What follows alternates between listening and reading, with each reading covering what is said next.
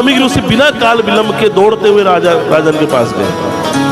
राजा के पास जाकर कहते हैं, राजन तुम बिना समय व्यतीत करे, बिना समय गवाए, तुम 7 दिन के अंदर अंदर तक्षक नाग के डसने पर तुम्हारी मृत्यु होगी, तुम जाओ उसका कोई उपाय करो।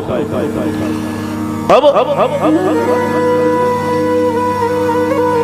राजा परीक्षित सभी साधु संत महात्माओं के पास जाकर पूछे कि 7 दिन में क्या हो सकता है। कोई बोला हवन करो, कोई बोला यज्ञ करो, कोई तो भी पूरी जो है आत्मा का उद्धार, आत्मा की सदगति कहीं भी नहीं हो रहा था। जब नैमिषारण्य आए, सूत जी के माध्यम से जो कथा हो रहा था, सूत जी से भी पूछे तो सूत जी भी, क्योंकि सूत जी उस समय सालों साल जो है ये भागवत सालों साल बिठा कर करते थे, तो उस समय सुखदेव जी वहां से पधारे।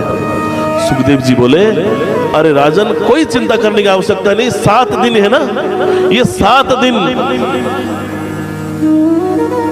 के अंदर अंदर तुम्हारा पर्याप्त है। 7 दिन, ये 7 दिन के अंदर अंदर तुम्हारा मुक्ति होगा। कैसे ना, ये श्रीमद् भागवत महापुराण, सुखदेव जी बोले कि मेरे मुख से अगर तुम श्रीमद् भागवत महापुराण 7 दिवसीय 7 दिन अगर तुम सुनोगे, हे राजन तुम्हारा इस आत्मा का उद्धार होगा। तब से ये 7 दिवसीय श्रीमद् भागवत महापुराण चलते आ रहा है। अब से जो कथा है सुखदेव जी करेंगे और राजा परीक्षित सुनेंगे। अभी से जो कथा हम राजा परीक्षित जो भी प्रश्न करेंगे उसका उत्तर सुखदेव जी देंगे।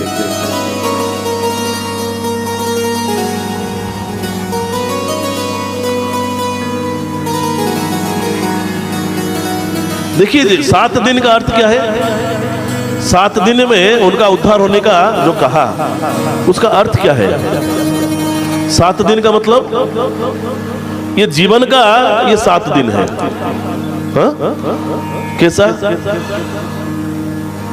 सोमवार मंगलवार गिनिए आप सब, सोमवार मंगलवार बुधवार गुरुवार शुक्रवार शनिवार रविवार, 7 दिन। ये 7 दिन के अंदर अंदर ही हमारा जन्म हुआ है।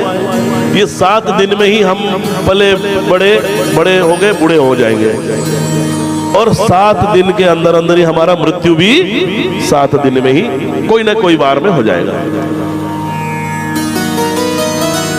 थोड़ा जोर से ताली हो जाए। सच है कि नहीं? ये 7 दिन में ही जन्म हुआ और इस 7 दिन में ही हमारी मृत्यु होगी, ये निश्चित है। इसीलिए सप्ताह का जो पारायण की जो कथा है ये 7 दिन का है। इस 7 दिन के अंदर अंदर हम इस लोक से उस लोक जाकर हमारा आत्मा की सदगति के लिए हम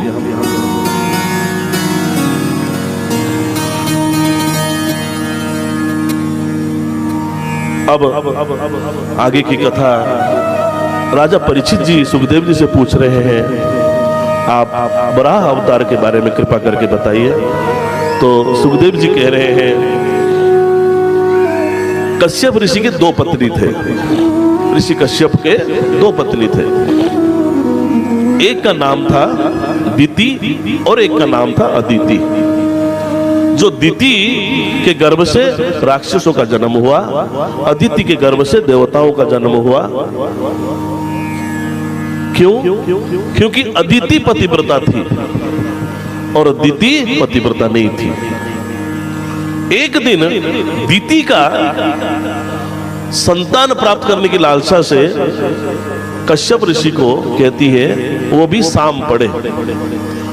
देखिए सुबह प्रातः जो त्रिसंध्या कहते हैं, त्रिसंध्या 3 संध्या,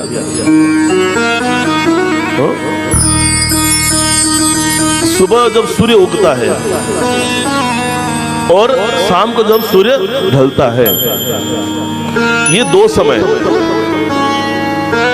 और एक ठीक 12 बजे, ये 3 समय कभी भी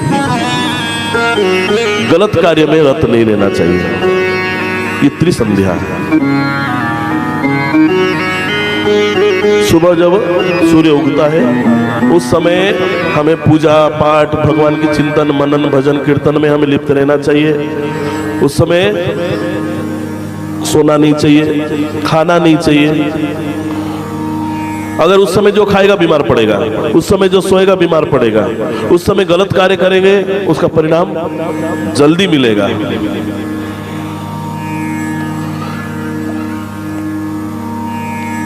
तो त्रिसंध्या जो होता है, अब शाम की संध्या, शाम के बेला है, उस समय में जो दीति है उनकी इच्छा जो है संतान प्राप्त करने के लिए हो गया है, काम प्रवृत्ति जागृत हुआ है। तो ऋषि कश्यप से कहते हैं, अब ऋषि कश्यप चूंकि ज्ञानी थे, वो पूजन में बैठे, पूजन में बैठे, भगवान की आराधना में बैठे हैं, उपासना में बैठे हैं। तो ठीक उसी समय आज ये दीति जाकर कहती है, स्वामी मुझे पुत्र प्राप्ति की लालसा है, मुझे संतान चाहिए, आप कृपा करके साथ दीजिए। तो बहुत करके ऋषि कश्यप उनको समझाते हैं कि ये जो समय है ये समय ठीक नहीं है, ये पुत्र प्राप्ति का सही समय नहीं है, ये गोधूली वेला है।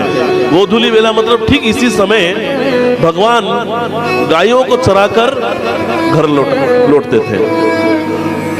ये समय त्रिसंध्या में स्वयं देवी देवताएं विचरण करते हैं, पूरी धरती में विचरण करते हैं। ये समय भगवान का उपासना का समय है, ये वासना का समय नहीं है।